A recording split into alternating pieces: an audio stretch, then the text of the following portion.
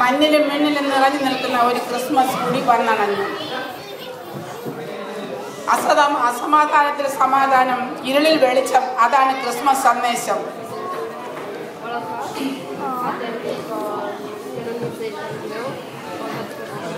പാപം ചെയ്ത് ദൈവ തേജസ് നഷ്ടപ്പെട്ട് ഇരുളടഞ്ഞ് ജീവിതം നയിച്ചിരുന്ന ജനതയ്ക്ക് വെളിച്ചം പകരുവാനും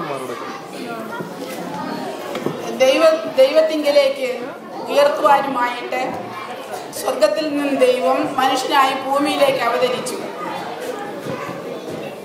മഞ്ഞു പൊഴിയുന്ന ശീതള രാവിൽ വെളിമ്പ്രദേശത്ത് തങ്ങളുടെ ആടുകളെ സൂക്ഷിച്ചുകൊണ്ട് കഴിഞ്ഞ ആട്ടിടയന്മാർ ആ ഗാനം കേട്ടു. സ്വർഗത്തിൽ മാലാഖമാർ പാടി.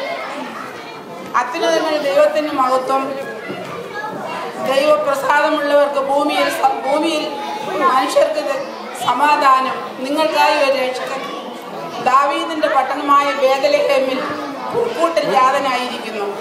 ഉടൻ തന്നെ ആ വിദ്വാൻമാർ, ആ ആട്ടിടയന്മാർ ആ പുൽക്കൂട്ടിൽ പോയി കീർത്തിശീലയിൽ പൊതിഞ്ഞിരുന്ന കുഞ്ഞിനെയും അമ്മ മാതാവിനെയും കണ്ടു വണങ്ങി അനുഗ്രഹം പ്രാപിച്ചു സമാധാനത്തോടുകൂടി മടങ്ങിപ്പോയി. ദൈവം നമ്മോടുകൂടെ എന്ന അർത്ഥമുള്ള ഇമ്മാനുവേൽ അവരോടുകൂടെ ഉണ്ടായിരുന്നു കൊണ്ടാണ് അവർ ശാന്തിയും സമാധാനവും സന്തോഷമുള്ളവരായിട്ട് മടങ്ങിപ്പോയത്. ദൈവം പിറന്നു വീണത് പട്ടുമെത്തയിലോ മേടയിലോ മാളികയിലോ അല്ലായിരുന്നു. ആ സുവിശേഷം, ആ നല്ല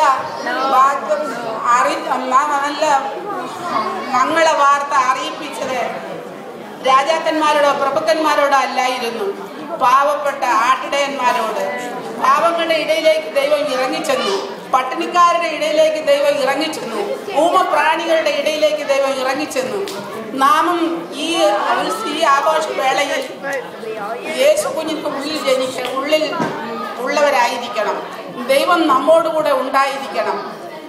നമ്മൾ ഇതെല്ലാം നടത്തുന്ന സമയത്ത് നമ്മുടെ ചുറ്റുപാടുകളിലേക്ക് നാം ഒന്ന് കണ്ണോടിച്ചു നോക്കിയാൽ ആഹാരമില്ലാതെ, വസ്ത്രമില്ലാതെ, ഭവനമില്ലാതെ, ആരോരാശ്രയമില്ലാതെ മാരകമായ രോഗങ്ങളാൽ അനേകായിരങ്ങൾ കണ്ണീരിൽ കഴിയുന്നത് കാണാൻ സാധിക്കും. ഇതിന് ചിലവാക്കുന്ന അല്പമെങ്കിലും അവർ കൂടി ഉപകാരപ്രദമായാൽ അതായിരിക്കും നമ്മളുടെ ഏറ്റവും വലിയ ക്രിസ്മസ് സന്തോഷം. 2015 പുതുവത്സരം വെൽക്കം ചെയ്യാൻ വേണ്ടി നോക്കിയിരിക്കുന്ന നാം നമ്മളെ തന്നെ ഒന്ന് പരിശോധിക്കുക. നമ്മളുടെ പഴയ മനുഷ്യനെ നാം ദൂരെ എറിഞ്ഞ് ഒരു പുതിയ മനുഷ്യനെ ധരിക്കണം. എങ്ങനെയെന്നാൽ ആ മരത്തിലേക്ക് നോക്കുക, കുറെ കിളികൾ അവിടെ കുത്തിയിരിക്കുന്നു. അങ്ങോളം ഇങ്ങോളം പകലന്തിയോളം ആടിപ്പാടി തത്തിക്കളിച്ചും കൊത്തിക്കൊറിച്ചും തന്നോന്യം സ്നേഹവും സന്തോഷവും പങ്കിട്ട് സായസന്ധ്യയ്ക്ക് കൂട്ടിലേക്ക് അണയാൻ പോകുന്ന ആ കിളികൾ അവിടെ ഇരുന്നു കൊണ്ട് അവരുടെ ശരീരത്തെ അവരൊന്ന് പരിശോധിക്കുകയാണ്. അവരിലുള്ള വേണ്ടാത്തതിനെല്ലാം അവർ കൊത്തി ചെകഞ്ഞെടുത്ത് ദൂരെ കളയുന്നു. നേരെയില്ലാത്ത തുവലിനെ എല്ലാം കൊത്തിയൊടിച്ച് താഴേക്ക് കളയുന്നു. എന്നിട്ട് ആ ബാക്കി അവർക്ക് ഇഷ്ടമുള്ള ആ തുവലുകളെ എല്ലാം അവർ നല്ല എണ്ണ തേച്ച് ചുണ്ടുകൊണ്ട് കൊത്തി മിനുക്കി മനോഹരമാക്കി വളരെ സന്തോഷത്തോടും സമാധാനത്തോടും കൂടി അവർ ആ കൂട്ടിലേക്ക് മടങ്ങുന്നു.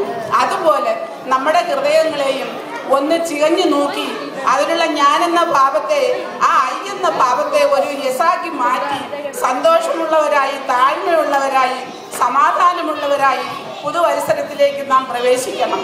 നമ്മളുടെ കുഞ്ഞുങ്ങൾക്കും ആ ഒരു മനോഭാവം നമ്മളിൽ നിന്നും പകർന്നു കൊടുക്കണം. അങ്ങനെ ഒരു പുതിയ തലമുറയെ നാം വാർത്തെടുക്കണം. നാം വിതയ്ക്കുന്നതാണ് നാം കൊയ്യുന്നത്.